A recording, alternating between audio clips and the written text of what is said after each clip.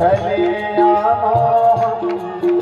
हम भी तुमको दिल दे बैठे मुरलीधर छलिया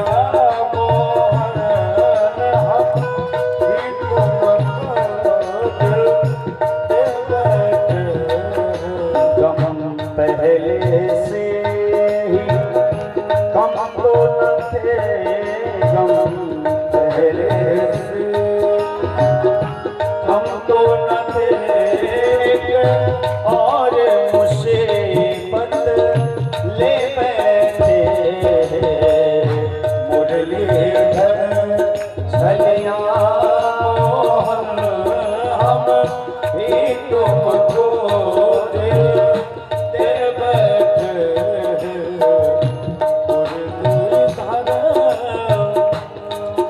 दिल कहता है तुम सुंदर हो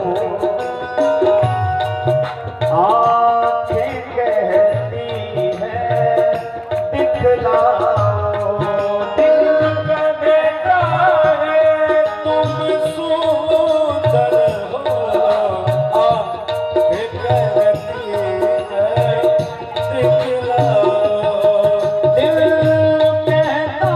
है तुम सुंदर हो आँखें कहती है दिखलाओ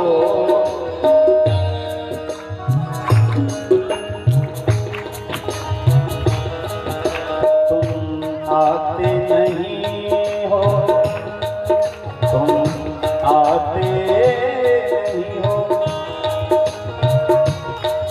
तुम आते नहीं हो मनमोहन हम कैसे कहें देखो ये बैठे मुरलीधर छलिया मोहन हम भी तुमको दिल दे बैठे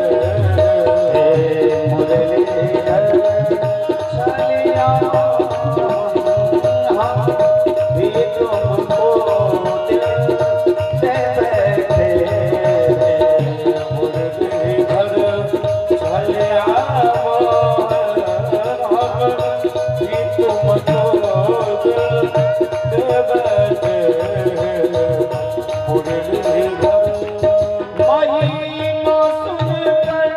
दे बैठे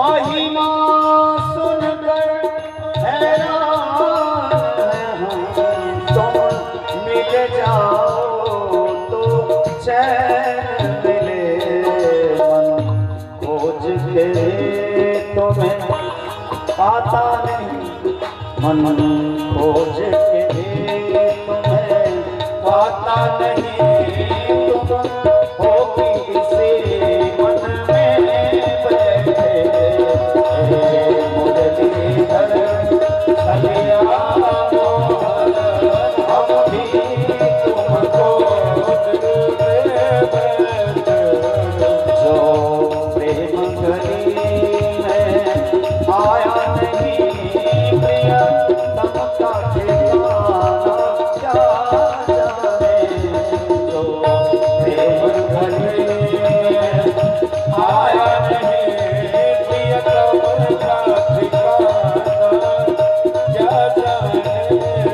जिसने कभी प्रीत लगाई नहीं जिसने कभी प्रीत लगाई नहीं वो प्रेम निभाना क्या जाने जिसने कभी प्रीत लगाई नहीं वो प्रेम निभाना क्या जाने जो प्रेम गली। उद्धव जी के पास ज्ञान तो है लेकिन भगवान से प्रेम नहीं है, और प्रेम के बिना जीवन अधूरा है। भगवान उद्धव को भेजते हैं अपनी पीताम्बरी देकर। उद्धव जी महाराज वृंदावन में आते हैं, नंद बाबा से मिले और नंद बाबा को सारा समाचार सुनाया। नंद बाबा ने कहा कि बताओ उद्धव, कैसे उनको अपनी माता पिता की याद आ गई। उद्धव जी ने कहा कि जिसे आप अपना बेटा समझ रहे हैं वो किसी का बेटा नहीं है, वो भगवान है, वो सबके माता पिता है। बोले उद्धव कैसे मान लूं, तो हमारा बेटा नहीं है। हमने तो कई बार अपनी आंखों से देखा है, सुना है हमने कि भगवान बंधन में नहीं आते, लेकिन तुम्हारे भगवान को इसी यशोदा ने फल से बांध दिया जाए। हमने तो सुना है कि भगवान संसार का पेट भरते हैं, लेकिन तुम्हारे भगवान को, जिसको तुम भगवान कह रहे हो, उन्हें जब भूख लगती थी तो ये यशोदा दूध पिला करके उनका भूख शांत करती थी। कैसे हैं तुम्हारे भगवान? और मान लिया मैंने तुम्हारी बात कि वो भगवान है, वो ईश्वर है। तुम ही बताओ तो, यदि किसी का लंगड़ा लूला बेटा भी विदेश में रहे, परदेश में रहे, तो कोई माई बाप अपने बाल बच्चा को भूल सकता है? कभी नहीं भूल सकता। और तुम तो कहते हो कि मेरा कन्हैया, मेरा कृष्ण जो है भगवान है, जिसका बेटा साक्षात भगवान हो, वो भला अपने भगवान जैसे बेटा को कोई माई बाप कैसे भूल सकता है? पूरी रात बीत गई। उद्धव जी को लगा कि भैया कहाँ से समझाना प्रारंभ करे, और इस सच कहा किसी ने कि ज्ञानी का रास्ता अलग होता है और प्रेमी का रास्ता अलग होता है। ज्ञान लीक पर चलता है, प्रेमी बेलीक पर चलता है। प्रेमी का कोई मार्ग नहीं। जब कोई व्यक्ति प्रेम में पागल होता है तो न दिन देखता है न रात देखता है। आपने तुलसी बाबा की कथा सुनी होगी, उनको अपनी पत्नी से बहुत प्रेम था। पूरी बाढ़ आई हुई थी, हाथों हाथ सूझ नहीं रहा था, बिना जान की परवाह किए समुद्र में कूद पड़े। यमुना जी में कूद गए, और कहीं कहीं तो ऐसा वर्णन आता है कि एक लाश को ही लकड़ी समझ के उस पार चले गए। सांप को रस्सी समझ करके उस सांप को ही पकड़ के पत्नी के घर में गए, क्योंकि पत्नी बिना कहे मायके चली गई थी और एक दिन भी पत्नी से अलग नहीं रह पाया। इतना प्रेम। लेकिन पत्नी ने जब कहा कि अस्थि चर्म में देह में जामे ऐसी प्रीत, इस हड्डी मांस के शरीर में जितना आपको प्रेम है, उतना प्रेम यदि राम से हो जाता तो आपका जीवन सफल हो जाता था।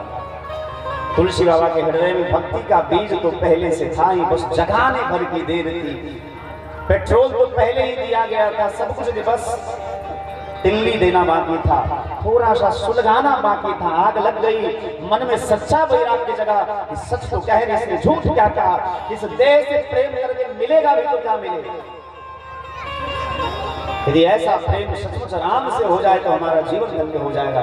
और तुलसी बाबा वहीं से जीवन को मोड़ दिया, और आज पूरे संसार में उनका नाम जो है बड़ी श्रद्धा के साथ लिया जाता है। जीवन में जब जीवन में परिवर्तन आए, हृदय में उद्रेक आए, उसी समय यदि रात को 12 बजे आपका नींद खुला और पढ़ने का मन करे तो ये सोच करके न सो जाइए कि रात के 12 बज रहे हैं फिर सुबह उठ के पढ़ेंगे, तो भैया निश्चित लिख के रखें सुबह 7-8 बजे से पहले नींद नहीं खुलेगी। यदि रात को 2 बजे भजन करने का मन कर गया, प्रातः काल की चिंता न करो, क्या पता कि प्रातः काल तुम जिंदा न मिलो। 2 बजे में बैठ के भजन करने लगे। जब जागो तभी सवेरा, प्रतिष्ठता जागृता प्राप्य वरान्निबोधता। विवेकानंद ने कहा प्रतिष्ठता जागृता प्राप्य वरान्निबोधता। उठो जागो और बड़ों की आज्ञा मान करके सुंदर कार्य करो। रात भर समझाते रहे। प्रातः काल हुआ, गोपियों ने रथ को जैसे देखा तो पहचान ली कि ये तो वही रथ है जिस रथ पर बैठ करके हमारे प्राण प्रियतम गए थे। गोपी उद्धव सुंदर संवाद हुआ। अंत में जब उद्धव जी को ब्रज की महिमा पता चली तो चरणों में सिर झुका करके बैठे। जो केवल 2-4-10 दिन के लिए आए तो 6 महीने तक रहे वृंदावन में, और वृंदावन में एक बार भैया चले जाओ तो फिर आने का मन नहीं करता। ये अलग बात है कि कुछ जिम्मेदारियां खींच करके लिए आती है, लेकिन सच्ची बात तो ये है कि वृंदावन से आने का मन नहीं करेगा। वृंदावन जाने को जी चाहता है, वृंदावन जाने को जी चाहता है, राधे राधे गाने को जी चाहता है, राधे राधे गाने को। वृंदावन में बाके बिहारी, वृंदावन में बाके बिहारी, वृंदावन में बाके बिहारी, वृंदावन में बाके बिहारी, बाके बिहारी मेरे बाके बिहारी। वृंदावन में यमुना महारानी, वृंदावन में यमुना महारानी, वृंदावन में यमुना महारानी, वृंदावन में यमुना महारानी, यमुना महारानी मेरे कृष्ण की पटरानी, यमुना महारानी मेरे कृष्ण की पटरानी। गोता लगाने को जी चाहता है, गोता लगाने को जी चाहता है, राधे राधे गाने को जी चाहता है, राधे राधे गाने को जी चाहता है, वृंदावन जाने को जी चाहता है, वृंदावन जाने को जी। बोलिए वृंदावन बिहारी लाल की जय। वंदे नंद ब्रज स्त्रीणाम पादरेणोऽभीक्ष्णसः यासां हरि कथोदगीतं पुनाति भुवनत्रयम्। जिन गोपियों ब्रजवासियों की कृपा से भगवान के चरणों में भक्ति होती है, ऐसे ब्रजवासियों के चरणों में हम प्रणाम करते हैं। उद्धव जी महाराज 6 महीने के बाद आए, भगवान ने उनको अपने हृदय से लगाया और कहा कि देखो उद्धव, जिनको हम अपना निजी भक्त बनाना चाहते हैं उसे वृंदावन बुला लिया, और यदि बराबर आप वृंदावन जाओ तो आपको फिर संसार में मन नहीं लगेगा, वृंदावन में बहुत आनंद आता है। अभी आप चले जाइए होली का समय में, क्या आनंद महाराज, बड़ा आनंद आता है। भगवान की ऐसी सुंदर सुंदर छवि को देख करके, ऐसा सुंदर श्रृंगार को देख करके मन नहीं करेगा कि वृंदावन छोड़ करके कहीं जाए। भगवान उद्धव जी को लेकर के अक्रूर जी के घर में जाते हैं और कुब्जा के घर में जाते, दोनों का मनोरथ पूरा किया। पूर्वार्ध की कथा यही विश्राम लेती है। उत्तरार्ध में भगवान कृष्ण और रुक्मिणी के विवाह की कथा है। कंस की पत्नी अस्ति और प्राप्ति ने जाकर के अपने पिता जरासंध से कहा कि मेरे पति को कृष्ण ने मार दिया। तो जरासंध 17 बार कई अक्षौहिणी सेना लेकर के मथुरा पर आक्रमण किया और 7 बार हार गया। एक बार कालीवन नाम के दैत्य भगवान को 3 करोड़ म्लेच्छ की सेना लेकर के भगवान को मारने आए। तो भगवान भागते गए भागते गए भागते गए, गुफा में जाकर के छुप गए और मुचकुंद नाम का राजा सो रहा था। उसके देह पर भगवान अपना पीतांबरी उड़ा दिए। कालीवन ने आकर के देखा कि हमको यहाँ भगा के ले आया है, चैन की नींद सो रहा है, जोर से लात मारा। तो मुचकुंद कोई और नहीं, सूर्यवंशी राजा थे, जो एक बार देवासुर संग्राम में देवताओं का पक्ष लेकर के गए थे लड़ने के लिए। जब लड़ते लड़ते बहुत थक गए तो देवताओं ने कहा कुछ मांगिए। मुचकुंद नाम के राजा ने कहा कि हमें ऐसा वरदान और ऐसा स्थान दिखाइए जहां में चैन से सो सके। बोले इस गुफा में चले जाइए, चैन से सोइए, कोई आपको डिस्टर्ब नहीं करेगा। सतयुग से त्रेता भी बीता, त्रेता से द्वापर भी बीता, बीतने वाला है। तब जाकर के कालीवन ने पाद प्रहार किया। जैसे मुचकुंद का नेत्र खुला तो उनकी क्रोधाग्नि में जल करके कालीवन भस्म हो गया। तुरंत भगवान सामने आए, भगवान के सुंदर छवि को देख करके प्रणाम किया मुचकुंद ने। भगवान ने अपना परिचय दिया और कहा कि आप भी हमारे प्रिय लाडले भक्त हैं। कलयुग में गुजरात प्रदेश में नरसिंह मेहता के रूप में आपका जन्म होगा। पर भैया गुजरात पहले बहुत अलग टाइप का क्षेत्र था, लेकिन नरसिंह मेहता जैसे भक्त का जब जन्म हुआ तो गुजरात के लोग बड़े धर्मात्मा हुए। जरासंध ने ब्राह्मणों को आगे बिठा करके और भगवान की नगरी पर आक्रमण किया तो भगवान भाग गए, रणछोड़ कहलाए, भाग करके प्रवर्षण पर्वत पर चढ़ गए। और भगवान जब प्रवर्षण पर्वत पर चढ़ गए तो जरासंध ने चारों तरफ से उस पहाड़ में आग लगा दी। भगवान समुद्र में कूद गए विश्वकर्मा जी को बुला करके भगवान ने कहा द्वारिका नगरी का निर्माण करिए। विश्वकर्मा जी ने आकर के रातों रात द्वारिका नगरी का निर्माण किया। भगवान सभी यदुवंशियों को लेकर के द्वारिका में ले आते हैं, उस आनंद रहने लगते हैं। भगवान का प्रथम विवाह रुक्मिणी मैया के साथ हुआ। परीक्षित जी महाराज ने कहा कि एक बात बताइए, कृष्ण तो धर्म की स्थापना करने के लिए आए, फिर उन्होंने ऐसा गलत काम क्यों किया? बोले क्या गलत किया? रुक्मिणी का हरण क्यों किया? तब जाकर के परीक्षित जी महाराज को विस्तार से भगवान श्री सुखदेव स्वामी रुक्मिणी कृष्ण के विवाह की कथा बताते हैं कि देखो, भगवान ने रुक्मिणी का हरण नहीं किया, मन ही मन रुक्मिणी भगवान को अपना पति मान चुकी थी और भगवान भी अपनी पत्नी मान चुके थे रुक्मिणी को। क्यों?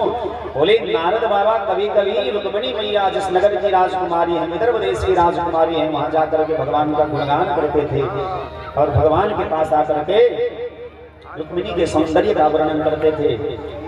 एक दिन रुक्मिणी के भाई रुक्मिणी ने देखा कि हमारी बहन ब्याह के लायक हो गई है, तो शिशुपाल के साथ, चेदी नरेश शिशुपाल के साथ जो भगवान का मौसेरा भाई था, उसके साथ विवाह सुनिश्चित किया। लेकिन रुक्मिणी मैया तो मनी मन भगवान कृष्ण को मानती थी। एक ब्राह्मण को बुला करके पत्र लिखा और पत्र लेकर के कहा कि जाओ भगवान श्री द्वारिकाधीश को दे देना, केवल 2-3 दिन समय है, भगवान से कहना कि विलंब न करे। ब्राह्मण देवता पत्र लेकर के आए, भगवान के हाथ में दिया। भोजन करते समय भगवान ने पत्र को पढ़ा, उसमें लिखा था श्रुत्वा गुणान् भुवन् सुंदर संवतां ते निरविश्य कर्ण विवरे हरतों गतापम्। हे प्रभु, आपका गुणगान सुनकर के मैं बड़ा प्रसन्न हूँ। श्रुत्वा गुणान् भुवन सुंदर संवतामते निर्विश्य कर्ण विवरे हरतों गतापम्। आपकी कथा सुनकर के हमारे सारे पाप ताप नष्ट हो गए हैं और मन ही मन मैंने आपको पति के रूप में स्वीकार कर लिया है। आपके साथ विवाह होगा तभी मैं जीवित रहूंगी, नहीं तो मैं मर जाऊंगी। भगवान ने देखा कि विलंब किया तो अनर्थ हो जाएगा। रथ पर तुरंत सवार हुए, उस ब्राह्मण को लेकर के भगवान बैठ गए और तुरंत सारथी को कहे तेज गति से रथ चलाओ। बलदाव भैया को पता चला कि कृष्ण बिना कहे सुने चला गया, कहीं कोई घेर न ले, कहीं कोई युद्ध न हो जाए। तो बलराम जी भी पीछे से सारी सेना को लेकर के भीष्मक देश की ओर बढ़ते हैं।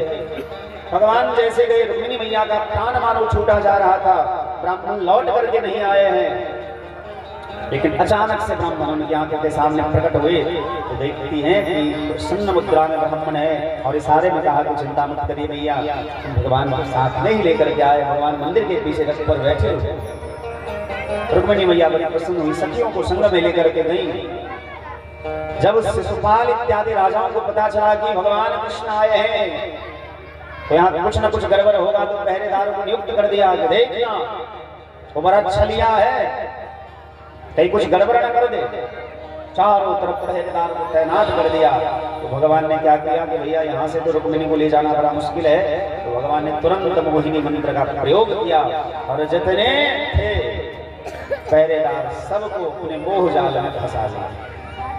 और जैसे मोहिनी मंत्र का प्रयोग किया और भगवान शिव की आंखों के सामने जैसे किसी को अपने वश में कर लेना होता है, अब सारे पहरेदार जो भगवान कृष्ण को रोकने के लिए खड़े थे वही कह रहे हैं इतने सुंदर लग रहे हैं। और रुक्मिणी मैया को हाथ पकड़ करके जब भगवान रथ पर बिठाए तो सबने तालियां बजाई, पुष्पों की वर्षा करी और कहने लगे जय हो, बोलिए दुल्हा दुल्हन सरकार की जय। सबने जय जयकार करी। लेकिन भगवान जब रथ लेकर के निकल गए, नगर से बहुत दूर चले गए, तो नशा टूटा पहरेदारों का। अल्लाह करने लगे बहुत बड़ा गड़बड़ हो गया, गड़बड़ हो गया। शिशुपाल बेचारे बहुत रोए। अब बताओ किसी लड़का को, कोई लड़का हो ऐसा जिसका विवाह ठीक हो गया और उसकी बीवी को लेकर के कोई आशिक भाग जाए, तो लड़का के ऊपर का बीतेगा हो, कितना दुखी होगा। शिशुपाल बेचारा पाग वाग पहन के आया था विवाह करने, पत्नी को ही लेकर के भगवान जिनके साथ विवाह होता भगवान ही लेकर के भाग गए। अब रुक्मिणी ने प्रतिज्ञा करी कि जो जब तक मैं उसको मार कर, कृष्ण को मार करके ही लौटूंगा, यदि मैंने नहीं मारा तो मैं नगर में नहीं लौटूंगा। भगवान का साले साथ के साथ युद्ध होता है। उधर से बलराम जी भी आ गए, बोले कैसे कर रहे हो, क्या कर रहे हो कन्हैया, साला के साथ ऐसे कोई करता है। डांट करके भगवान को कहा कि जाओ, हमने सारी तैयारी कर दी है द्वारिका में, आराम से धूमधाम से विवाह करो। भगवान रुक्मिणी मैया को द्वारिका में लेकर के आते हैं, धूमधाम से भगवान का परम मंगल में विवाह रुक्मिणी मैया के साथ हुआ।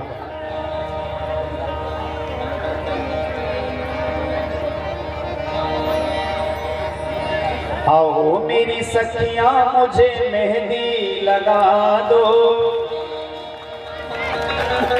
मेहंदी लगा दो, मुझे ऐसा सजा दो, मुझे श्याम सुंदर की दुल्हन बना दो, मुझे श्याम